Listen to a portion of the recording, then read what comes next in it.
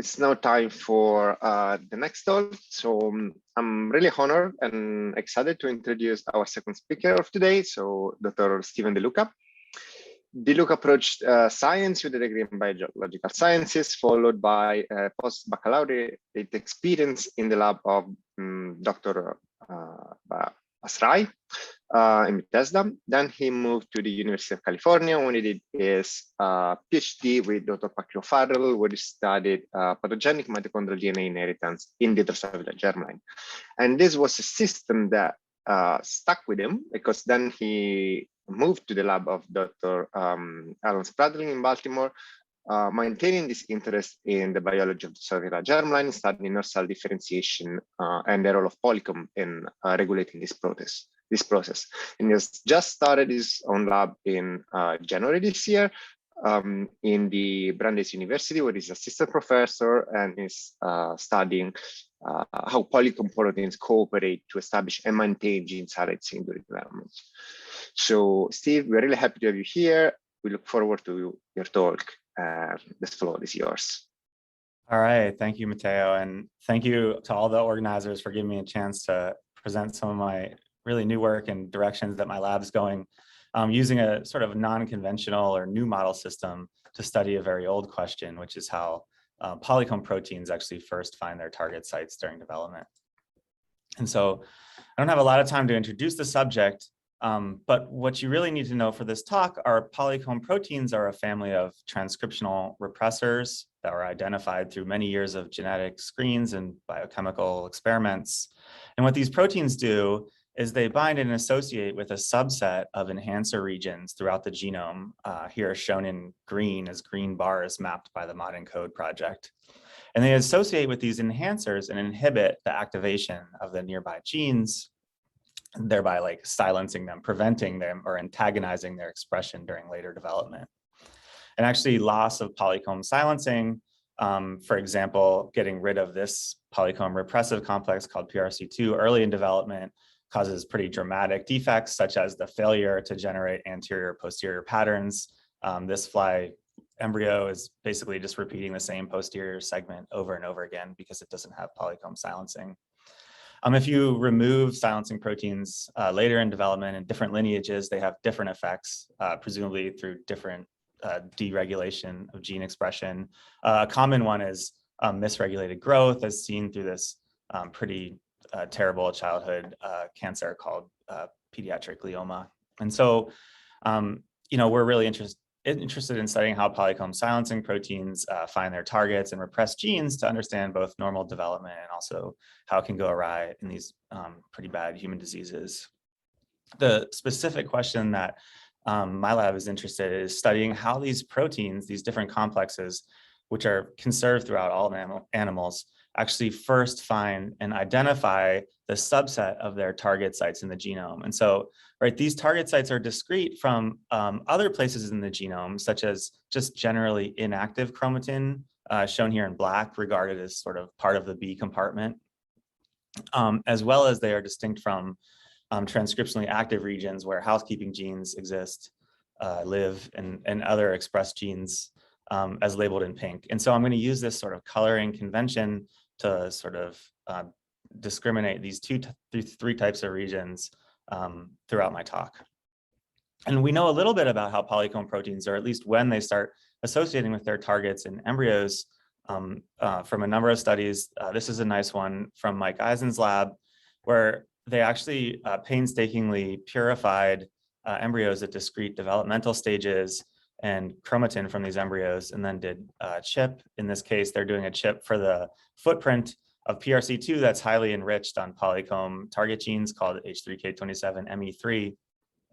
And so I've sort of summarized the results of that chip through this histogram, which I'm going to come back to.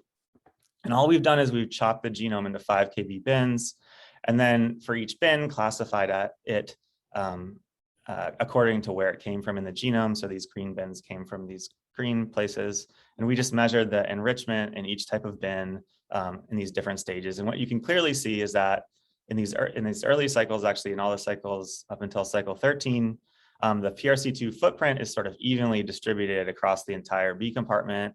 There's sort of an equivalent footprint in both just generally inactive chromatin as well as polycomb domains.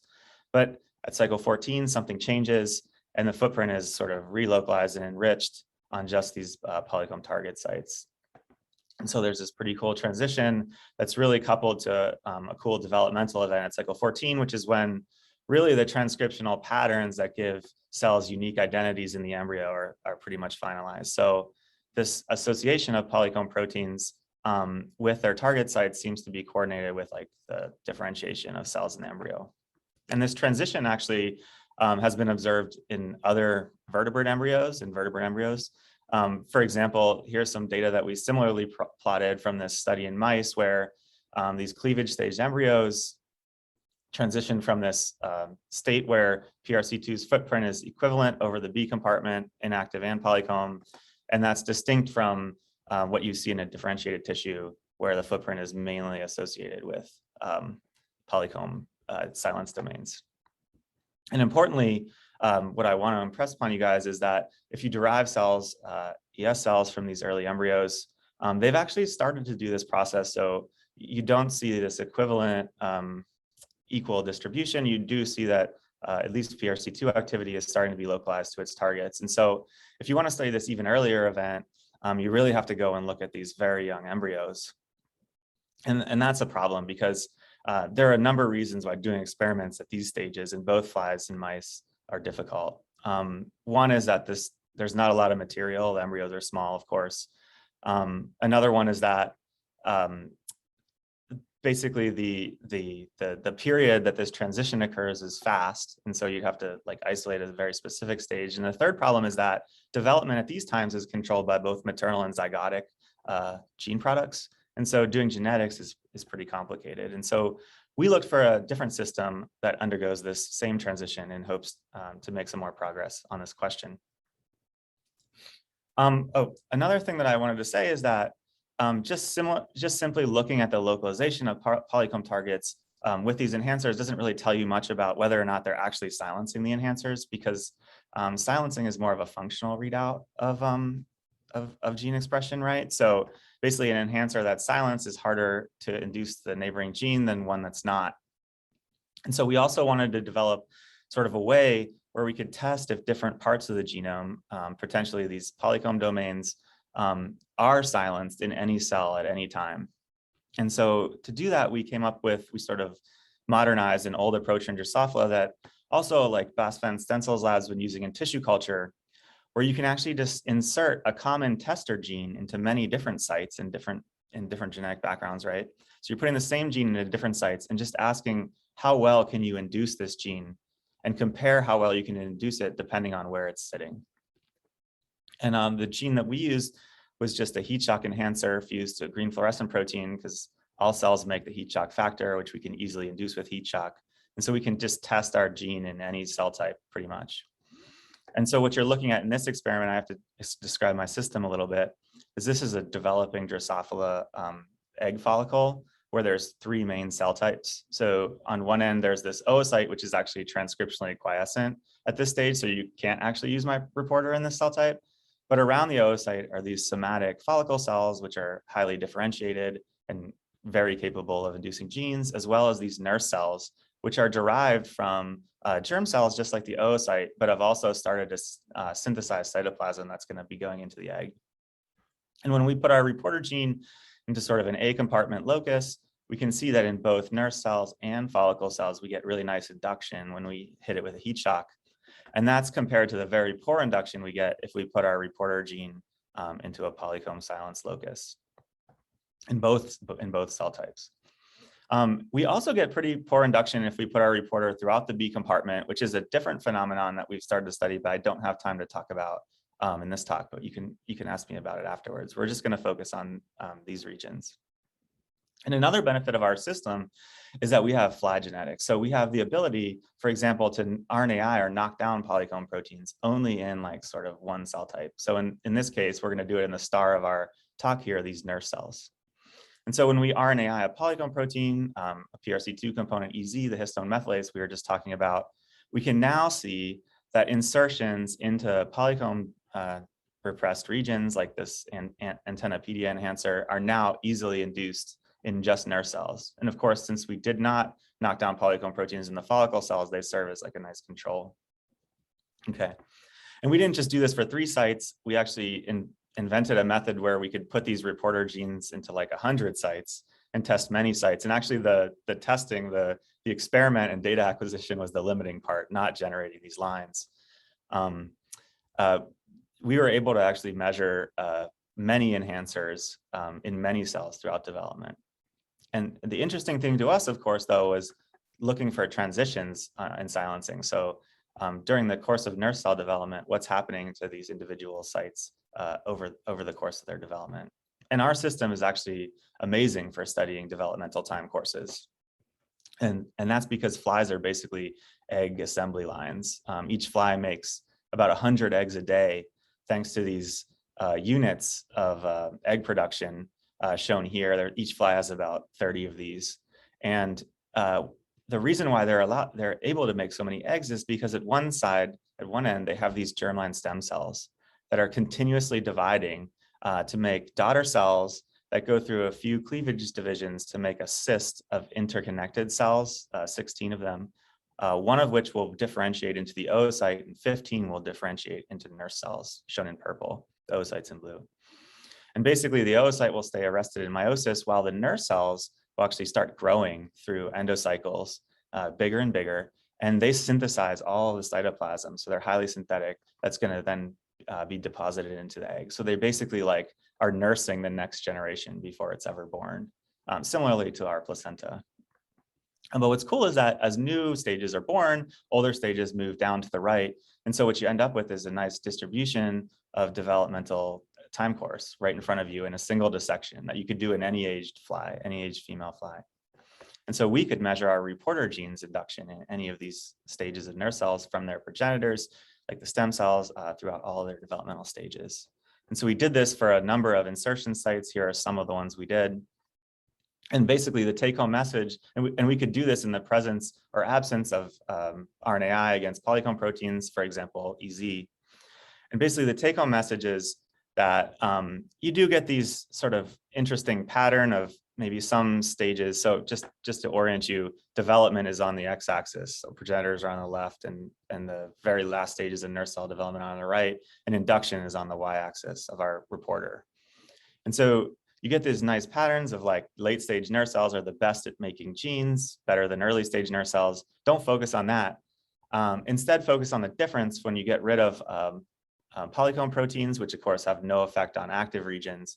But also if you compare a single stage between different inserts, you can see that the progenitor cells actually can be induced just fine, no matter where we put the reporter gene.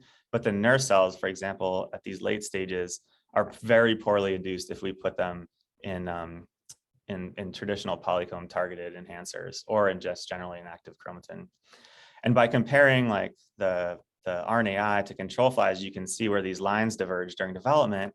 And pretty much every time it's just shortly after nurse cells differentiate, right at this like junction. And so what this tells us is that progenitor cells lack functional gene silencing, but then silencing appears as nurse cells start to differentiate here. And so we wanted to understand how this works. And another benefit of our system actually is that because flies make so many eggs, we can actually purify a lot of material from individual nuclei that are of individual stages. And we can pull them and do like molecular approaches like ChIP-seq. So we purified, for example, germline stem cells as well as nerve cells, and just asked, well, what's happening to PRC2's activity before and after silencing is established. And so this is sort of the results of the ChIP. For K27ME3, it's the PRC2 footprint we talked about before. First, focus on what is happening in nerve cells and compare it to what is the footprint in somatic follicle cells that are from the same purification, and also from the mod encode map, which was generated from other cell types. And so basically the take home here is like clearly nerve cells are targeting polycomb proteins to the same genes as other somatic cells, right? You see peaks on the same loci. But if you look at what's going on in the germline stem cell, clearly they're not. The trimethylation, there's actually a little bit more across the whole genome, but it's really evenly distributed everywhere. And we can represent this using our same histograms that I showed you before.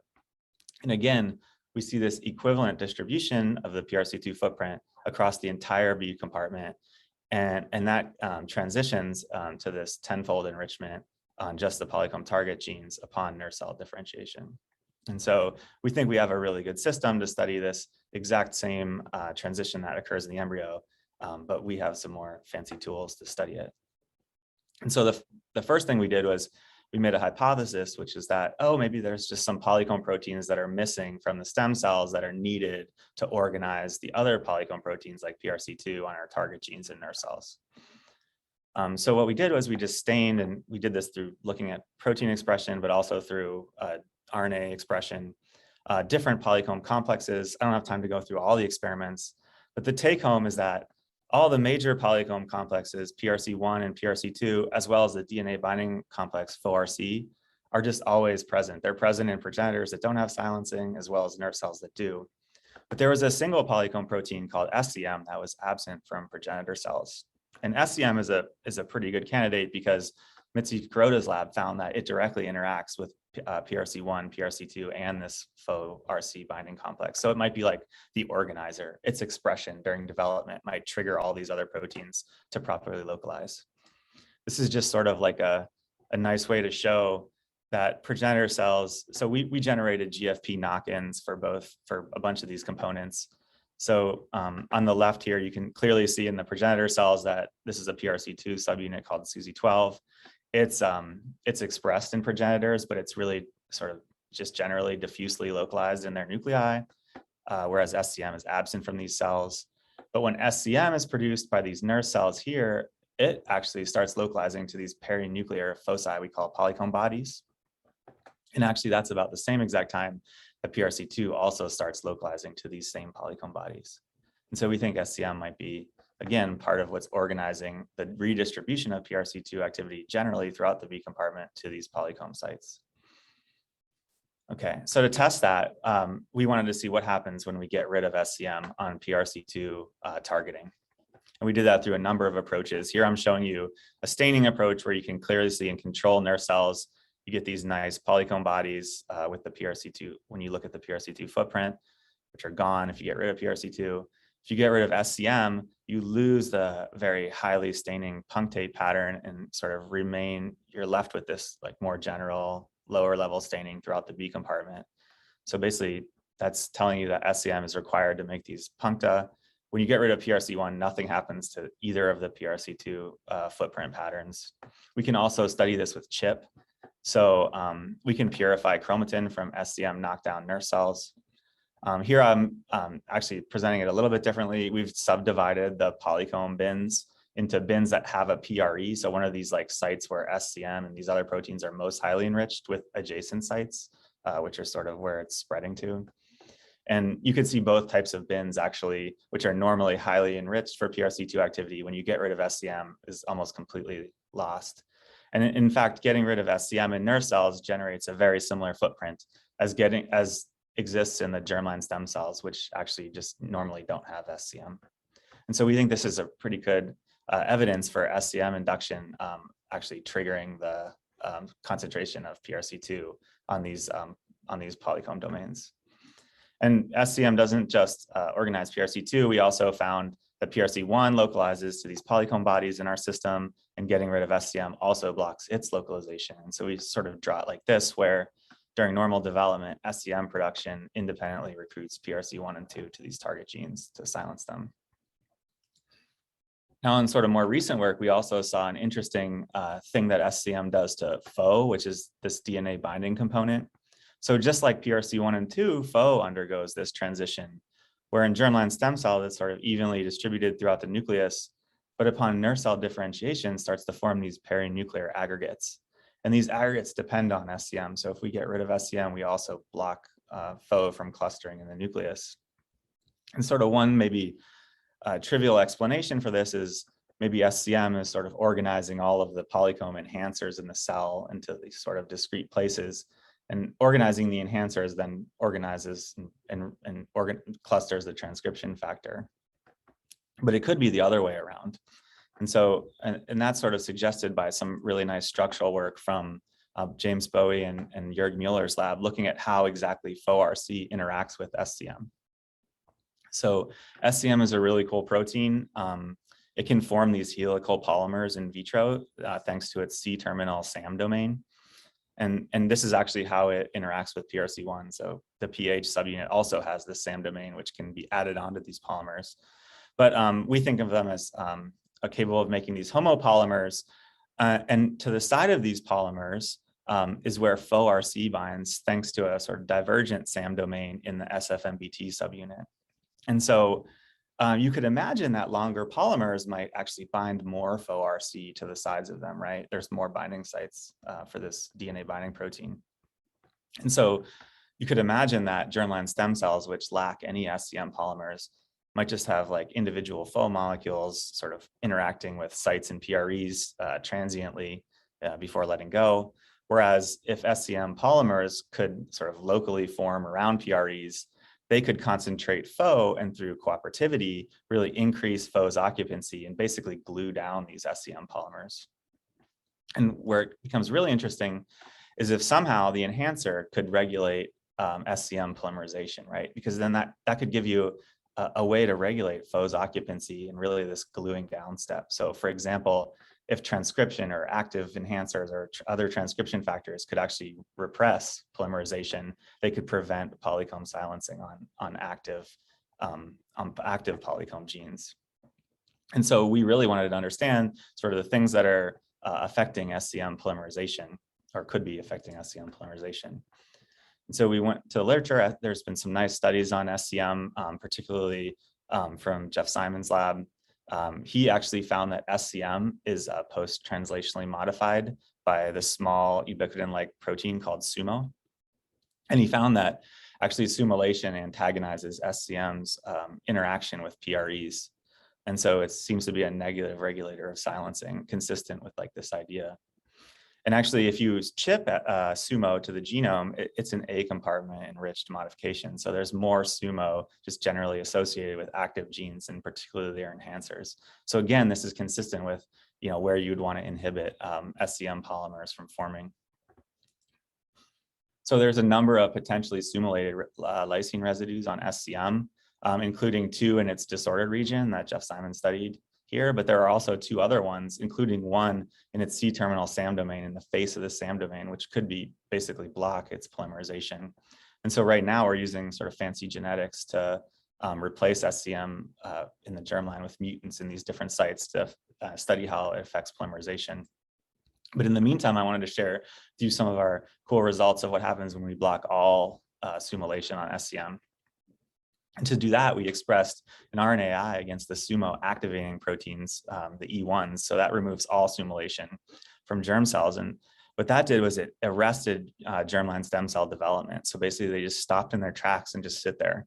And not only do they stop dividing and differentiating, but they make tons of SCM protein, whereas normally there's really none. And not only do they make tons of SCM protein, it forms these huge aggregates in the cell. Some of them are much larger than that would ever normally form in nurse cells. Some do remain small, and some of them even start to aggregate Faux. So basically start to accumulate Faux and perhaps start to silence these genes underlying them.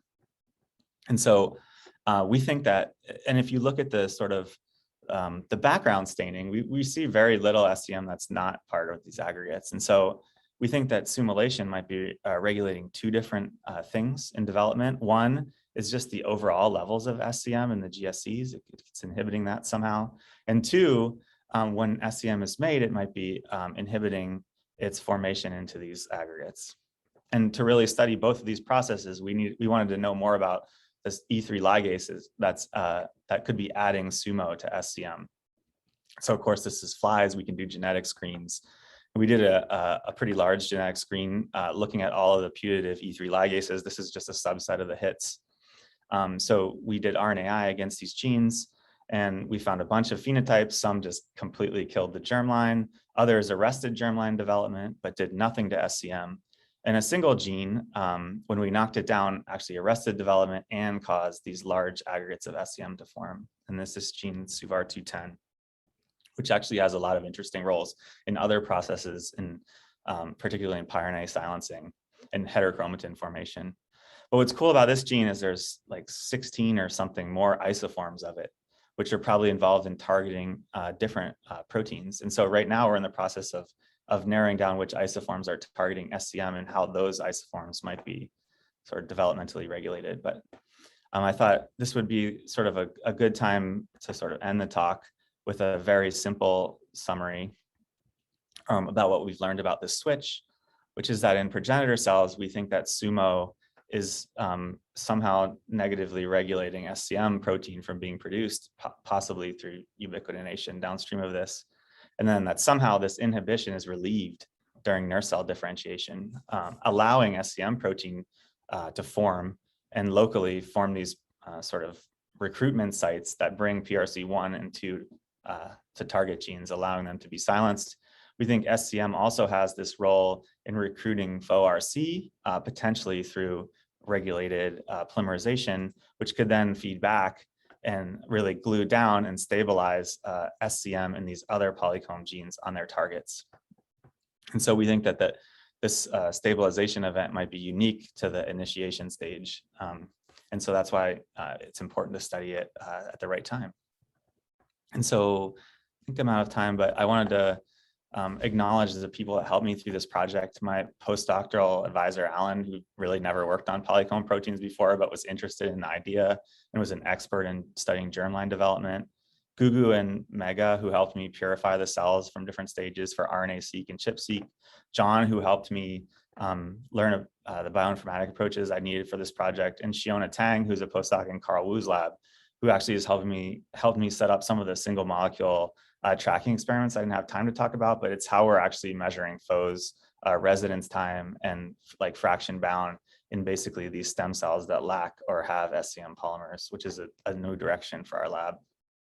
And also thank the funding sources, including Brandeis University, which just gave me the opportunity to start my own lab in January.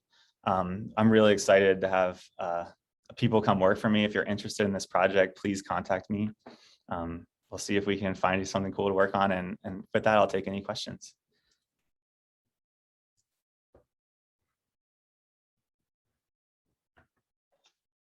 Wonderful talk, Steve. Really amazing. I think I have a million questions I could ask. Maybe I'll start with just one while we wait for others to come in. So I was mostly thinking about so you mentioned that perturbing SUMO, you lose PRC1, but also PRC2. Have you looked at the genome level, how much of this is left of both PRC1 and PRC2, and whether they are lost at the same rate in all locations, or there are some that are preferentially losing PRC1 and some that are preferentially losing PRC2? Yeah, good question. So you mean in the absence of SCM, so we can do that experiment easily. And we've looked at, we haven't done like really nice chips to answer that question. One thing that we'd really like to do also is look at, one possibility is PRC1 might be sort of contributing to recruitment of PRC2 at some sites that we're not picking up with our sort of just general staining approach. Because PRC1 does seem to be important for targeting PRC2 in sort of mammalian cells and in other cell types. And actually, we just didn't have a good way. We think the best way to do that is getting rid of polyhomeotic, which has 2 orthologs in flies, which makes it, we can do it in clones, but those aren't compatible with like genomic approaches. So we just recently got like RNAi lines that knock down both polyhomeotic subunits of PRC1. And now we're going to be able to do the chip to see what happens if we get rid of like all this basically SCM associated PRC1 and see how that affects the other complexes. But yeah, we haven't done all of those combinations of chip yet. We also just started a new approach that'll allow us to do chip a lot easier. We adapted Steve Henikoff's like intact approach to work in the germline. So we can do sort of a pre-purification before we do FACS sorting, which is how we get the nurse cells, which should make this a lot faster and easier to do more experiments. Great, that's fantastic. Something then a bit going back to your comparison with cycle 14 and basically it's like genome activation. What's known about SCM at that stage? Do you know if this is sumo related as well? Is the same kind of regulation? Yeah, has anybody looked at it? Yeah, it's a good question. We don't know. Actually, the antibody for SCM, I couldn't get to work really good in the embryo, probably because you have to do a pretty different, of course, fixation protocol at that stage. And that's pretty much the motivation for why we made that GFP knock-in. And so we're going to do this experiment like really soon. Like we're growing up the flies right now to take movies of the early embryo and what's going on with SCM. So yeah, we'll find out soon. But unknown. And maybe a question that is a bit closer to my heart, because I mean, I did a lot of work during my PhD on PRC2 recruitment in stem cells, and one of the PCL homologs had a pretty critical role there. Have you looked at PCL in this system? Is it doing anything? Yeah, PCL definitely has there's a big long story about what PCL is doing in this system. So PCL has the opposite pattern of SCM. It's actually very highly expressed in progenitor cells. And we think it's actually functioning in the progenitors as an inhibitor of silencing. And I don't have time to talk about all that, but later on in nurse cells, actually the PCL has a role in recruiting PRC2 to these SCM enriched domains. And that's, if you get rid of PCL, you actually lose PRC2 concentration. You can see this by its footprint. You can see it using live imaging. You can look at these Polycomb domains. We think it's really important for sort of adding cooperativity to the concentration of PRC2 to these sites, right? So PRC2 is probably somehow interacting with SCM, but PCL is giving it additional affinity for the underlying DNA. And so we think like it is actually promoting PRC2's occupancy on Polycomb domains in our system as well. Okay, great, thanks. So we have it raised hand by, I'm sorry for the pronunciation, Ajazwani. Now you should be able to unmute yourself and ask your question. Hi, Jeff. So basically, I was wondering sort of what is the interplay between the pH and the SCM, because both are having the SAM domains. So do we have a sort of, and they sort of co-localize. So do we have a mix of a polymer, or do they sort of form their own polymers? Yeah, that's a great question. What's your take? Good question.